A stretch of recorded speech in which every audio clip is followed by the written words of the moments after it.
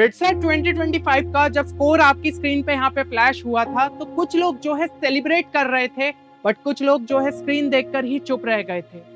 अगर आपके मन में ये चीज आई थी काश थोड़ा सा और कर लिया होता, then listen, this is your comeback year. BITSAT 2026 में वो सीट आपकी हो सकती है अगर आपने जो गलतियां यहाँ पे करी है उसको यहाँ पे फ्लिप कर दिया। तो सबसे पहले यहाँ पे जो है आपको खुद को ब्लेम करना जो है रोकना होगा। अभी तक ये गलती जो है स्टूडेंट्स यहाँ पे दोहरा रहे हैं कि एग्जाम खत्म हुए, टाइम हो चुका है, लेकिन अभी भी सोच रहे हैं काश वो गलती मैंने नहीं करी होती, हाँ मुझसे ही गलती हो गई जिसके कारण ये एग्जाम का रिजल्ट बिगड़ गया।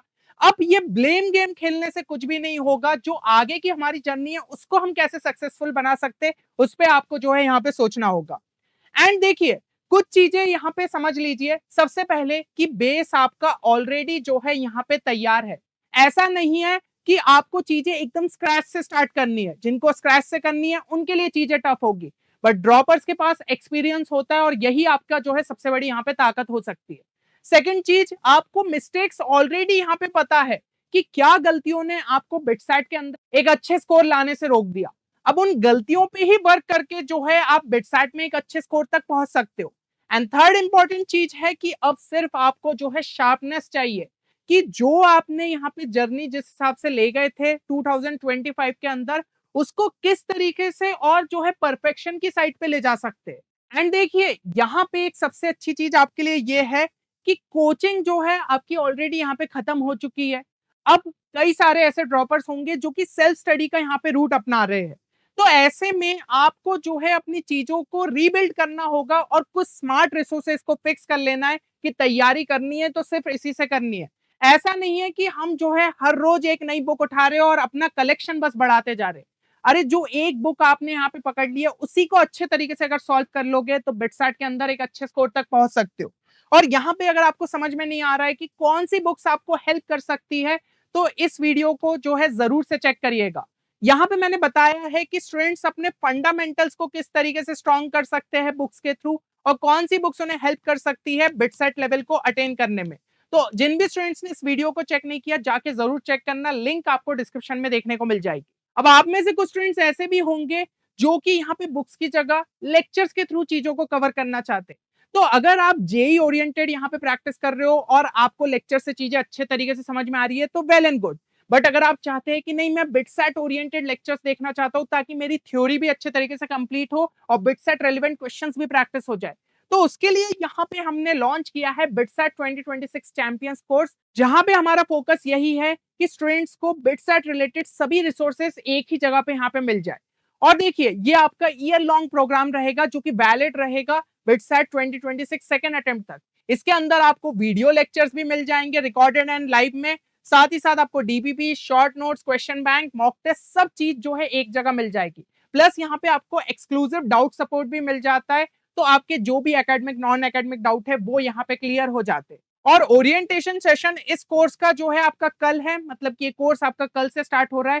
तो अगर आपने इसे अभी तक चेक नहीं किया तो जाके हमारी वेबसाइट पे जरूर से चेक करिएगा, क्योंकि ये कोर्स आपको जो है पूरी बिटसेट प्रिपरेशन में हेल्प कर सकता है। बाकी अगर आपको अभी भी कोर्स से रिलेटेड कोई भी क्वेरी है ना, तो गिवन नंबर पे आप हमारी टीम को जो है कांटेक्ट कर सकते हैं। अब देखिए, रिसोर्सेस अगर आपको यहाँ पे अच्छे तरीके से क्लियर हो गए हैं, तो जो सेकंड चीज यहाँ पे ड्रॉपर्स को अपनानी पड़ेगी वो ये है कि आपको अब चीजें इस हिसाब से प्रैक्टिस करनी है कि वो आपकी एक रियल एग्जाम है। देखो, रियल एग्जाम का एक्सपीरियंस ऑलरेडी आप ले चुके हो, आपको समझ में आ गया है लेवल ऑफ डिफिकल्टी क्वेश्चंस की किस तरीके से रहती है, पैटर्न के हिसाब से हमें चीजों को किस हिसाब से एडजस्ट करना पड़ता है। तो एक जो क्रूशियल फैक्टर आपका बिटसेट एग्जाम के अंदर रहता है, that is speed and accuracy. And speed and accuracy को अटेन करने के लिए अभी से ही जो है चैप्टर वाइज आपको क्वेश्चंस को प्रैक्टिस करना पड़ेगा विद अ टाइमर। मान लीजिए आपने 3 चैप्टर यहाँ पे सोचे हैं कि इनको जो है मैं आज रिवाइज करूंगा, आपने अच्छे तरीके से रिवीजन किया एंड पर चैप्टर टारगेट यहाँ पे सेट किया कि 30 टू 40 क्वेश्चंस मुझे उसके जो है प्रैक्टिस करने। तो इसके लिए एक टाइम ले लीजिए। लेट्स से कि अगर वो चैप्टर के क्वेश्चंस आपको समझ में आ रहे हैं थोड़े लेंदी है, तो उसके लिए आप टाइम जो है 50 मिनट्स यहाँ पे सेट कर सकते हो। बट अगर आपको ये चीज समझ में आ रही है कि उसके क्वेश्चंस और जल्दी यहाँ पे सॉल्व हो सकते हैं, तो थोड़ा सा टाइम जो है आपने कम कर लिया। एंड ये आपका जो है यहाँ पे एम होना चाहिए कि मैक्सिमम क्वेश्चंस आपसे जो है खुद के दम पे जो है अटेम्प्ट हो जाए। तो इससे आपकी जो है स्पीड भी इंप्रूव होती जाएगी एंड साथ ही साथ एक्यूरेसी भी यहाँ पे बिल्ड होगी। देन ये आप जो है अभी कम से कम जनवरी तक आपको जो है इसी को और ज्यादा जो है अच्छे तरीके से प्रैक्टिस करते रहना है। उसके बाद जो है जनवरी तक अगर आपकी चीजें अच्छे तरीके से यहाँ पे कंप्लीट हो जाती है, then full length mock test पे आइएगा। 2 दिन आपको वीक के यहाँ पे सेट कर लेने पड़ेंगे जनवरी से कि भाई अब मुझे जो है फुल लेंथ मॉक टेस्ट देना है। और इसमें ध्यान रखिएगा विद बोनस क्वेश्चन फीचर वाले ही जो है आप यहाँ पे मॉक टेस्ट दीजिएगा। अभी भी जो स्टूडेंट्स हमारे यहाँ पे चैंपियंस कोर्स में एनरोल हो रहे हैं, सभी को यहाँ पे जो है full length mock test provide किए जाएंगे, जो कि 20 है आपके टोटल। तो एक अच्छी खासी प्रैक्टिस उनकी जो है बिटसेट एग्जाम तक हो जाएगी। और बाकी जो है सेपरेट मॉक टेस्ट भी आपके जो है जल्द ही यहाँ पे लॉन्च किए जाएंगे, तो आप उसको भी यहाँ पे चेक कर सकते हैं। तो एक जो रेलिवेंट मॉक टेस्ट की आपको प्रैक्टिस चाहिए वो भी आपकी यहाँ पे होते जाएगी। अब यहाँ पे अगर हम जो है अगली चीज बात करें, तो अगली एंड इंपॉर्टेंट चीज जो कि ड्रॉपर्स को यहाँ पे ध्यान रखनी है वो ये है कि आपको इंग्लिश और एलआर को जो है अच्छे तरीके से यहाँ पे प्रैक्टिस करनी पड़ेगी। आप में से कई सारे ऐसे ड्रॉपर्स होंगे जो कि इस टाइम पे टारगेट कर रहे हैं कि मुझे जेई मेंस के अंदर भी एक अच्छे परसेंटाइल निकालना है एंड बिटसेट में भी एक अच्छा स्कोर निकालना है। बट एक चीज जो कि दोनों में काफी ज्यादा जो डिफरेंट रहती है, that is your English and LR portion. और मेरे हिसाब से कई सारे आप में से ऐसे ड्रॉपर्स होंगे जिनका शायद इसी सब्जेक्ट की वजह से इस बार जो है सिलेक्शन नहीं हो पा रहा है, जो ब्रांच वो एम कर रहे थे। क्योंकि इंग्लिश और एलआर स्टूडेंट्स के लिए थोड़ा सा अनएक्सपेक्टेड हो गया था। उन्हें लग रहा था क्वेश्चंस तो बहुत इजी आते, बट कुछ कुछ क्वेश्चंस आपके अच्छे लेवल के यहाँ पे पूछ लिए गए थे। तो देखिए, भलाई ये एक हिडन वेपन है, लेकिन वो वेपन आप अगर प्रैक्टिस लगातार करते चलोगे तभी वो आपके लिए वेपन रहेगा। नहीं तो एक सरदर्द बन जाता है ये सब्जेक्ट, है ना। तो आपको जो है शुरू से ही प्रैक्टिस करनी पड़ेगी। जो जेई वाले स्टूडेंट्स रहते हैं वो इस सेक्शन को इग्नोर कर देते और सोचते हैं कि मैं आखिरी के 10 दिन में अच्छे तरीके से प्रैक्टिस कर लूंगा, पर वो स्टूडेंट्स इस सब्जेक्ट में उतना अच्छा स्कोर नहीं ला पाते। जो स्टूडेंट्स यहाँ पे डेली की थोड़ी सी प्रैक्टिस करते हैं, चलो भाई सिर्फ 30 मिनट की ही प्रैक्टिस कर रहे और मान लो हफ्ते में 5 ही दिन कर रहे, फिर भी वो एक ग्रेटर स्कोर ले आएंगे क्योंकि वो शुरू से प्रैक्टिस कर रहे थे। अब उन्हें इस टाइप के क्वेश्चंस की एक अच्छी खासी प्रैक्टिस हो गई, उन्हें समझ में आ गया किस टाइप के क्वेश्चंस पूछे जाते। तो ये चीज आपको भी करनी पड़ेगी। 2 न्यूज आर्टिकल पढ़ने की भी रोज की आदत डालिए, उससे आपका जो है यहाँ पे वोकैब भी इंप्रूव होगा, नए नए वर्ड्स जो है आपको सीखने को मिलेंगे। स्पीड रीडिंग की जो है आपकी यहाँ पे इंप्रूव होगी, क्योंकि कभी कभी जो है रीडिंग कॉम्प्रिहेंशन भी काफी ज्यादा आपको लेंदी देखने को मिल जाते, तो उसके लिए आपकी स्पीड अच्छी रहनी चाहिए। तो इंग्लिश और एलआर पे भी जो है आपको अच्छे तरीके से वर्क करना पड़ेगा। देन एक और इंपॉर्टेंट चीज जो कि ड्रॉपर्स को यहाँ पे ध्यान रखना है कि भाई जो पुरानी गलतियां आपसे हो गई है उसको एज अ पावर यूज करो। अब आपको लग रहा होगा गलतियों की वजह से ही तो मेरा सिलेक्शन नहीं हुआ, नहीं। अब वही रिग्रेट के अगर चक्कर में फंसे रहे तो फिर आपका जो है सिलेक्शन यहाँ पे रह जाएगा।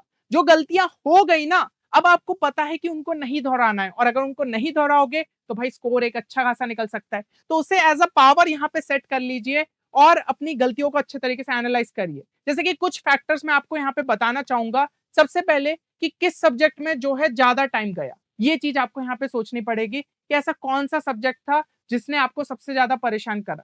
तो उस सब्जेक्ट में आपको अपनी स्पीड पे लगातार जो है वर्क करना होगा। हो सकता है कुछ स्टूडेंट्स के लिए यहाँ पे मैथ्स थोड़ा सा लेंदी पड़ा हो, है ना। तो आप जो है मैथ्स के ही ऐसे क्वेश्चंस ढूंढिए कि भाई किसमें मुझे जो है जो चैप्टर्स मुझे परेशान करते तो उनके मैं क्वेश्चंस अच्छे लेवल पे प्रैक्टिस करूं। उनमें जो है इंपॉर्टेंट शॉर्ट ट्रिक्स भी आपको पता रहना चाहिए कि हाँ इन क्वेश्चंस को दूसरे अल्टरनेटिव मेथड से और जल्दी डील किया जा सकता है। तो इस बारे में आपको थोड़ा सा सोचना पड़ेगा। अगला, कौन सी सिली मिस्टेक्स आपसे बार बार हुई। अगर ऐसी सिली मिस्टेक्स को आप नहीं दोहराओगे तो आप जो है और ज्यादा यहाँ पे स्कोर ला सकते हो। अगली चीज, क्या एग्जाम प्रेशर में जो है सीक्वेंस आपने गलत कर दिया था। आप सोच के कुछ और गए थे कि मैं इस सब्जेक्ट के बाद ये सब्जेक्ट करूंगा, लेकिन जल्दी जल्दी के चक्कर में आपने सीक्वेंस बदला और आपका उस वजह से स्कोर अफेक्ट हो गया। तो ये सब चीजें आपको मॉक टेस्ट के थ्रू भी जो है हेल्प मिलती है। आपका जब एक सीक्वेंस सेट हो जाता है कि हाँ मैं इस सीक्वेंस में करूंगा, या फिर आपने ये सोच लिया कि इस सब्जेक्ट के इजी और मॉडरेट लेवल के क्वेश्चंस पहले करूंगा देन नेक्स्ट सब्जेक्ट पे जाऊंगा, तो ये सब चीजें आप एग्जाम में इंप्लीमेंट करते हो और तब जाके एक अच्छा स्कोर बनता है। तो मॉक टेस्ट बहुत ज्यादा जरूरी हो जाता है कि चीजें आप अपने लिए वहां पे फिक्स कर पाओ। एंड एक मिस्टेक नोटबुक भी अपने साथ रखना, जिसमें सभी जो मॉक्स आप दोगे बाद में उसका एनालिसिस आप लिखते जाओ, कहाँ पे गलती हो रही है, क्या चीज है। तो ये नोटबुक आपको लास्ट टाइम पे बहुत ज्यादा हेल्प करेगी कि वो गलतियां आप जो है रिपीट नहीं करो। अब यहाँ पे एक चीज जो है जान लीजिए, एज अ ड्रॉपर आप एक बार जो है ऑलरेडी यहाँ पे गिर चुके हो, ठीक है। तो अब ऐसा नहीं है कि मैं बोल रहा हूँ कि हर एक ड्रॉपर जो आप में से यहाँ पे तैयारी करेगा सभी का सिलेक्शन होगा। बहुत सारे स्टूडेंट्स ऐसे रहेंगे शायद ड्रॉप ईयर के बाद भी सक्सेसफुल ना हो पाए। अब आपको लग रहा होगा कि मैं डिमोटिवेट कर रहा हूँ, नहीं मैं डिमोटिवेट नहीं कर रहा हूँ, ये सच्चाई है। क्योंकि कुछ ही एस्पिरेंट्स आप में से जो है सिलेक्ट होंगे, लेकिन वही सिलेक्ट होंगे जो ये चीज जो है इंश्योर कर ले कि अभी जिस तरीके से गिरे ना, जिन गलतियों की वजह से एग्जाम में अच्छा स्कोर नहीं बन पाया, अगर आपने उसको रिपीट नहीं किया तो डेफिनेटली आप ज्यादा यहाँ पे केपेबल रहोगे बिट्स पिलानी की सीट पाने में। तो उन पुरानी गलतियों को फिर से नहीं दोहराना है, बस इस चीज को यहाँ पे ध्यान रख लो। गलतियां होगी क्योंकि एज अ ह्यूमन हम गलती करेंगे, लेकिन जो पुरानी गलतियां करी है उसको मत दोहराना। तो ये चीज जो है बहुत ज्यादा इंपॉर्टेंट हो जाती है। एंड एक चीज ये भी समझ लो, तीनों कैंपसेस आपके स्क्रीन पे आपको दिख रहे हैं, और इन तीनों कैंपसेस में कोई ये नहीं पूछता कि आप ड्रॉपर हो या फिर फ्रेशर।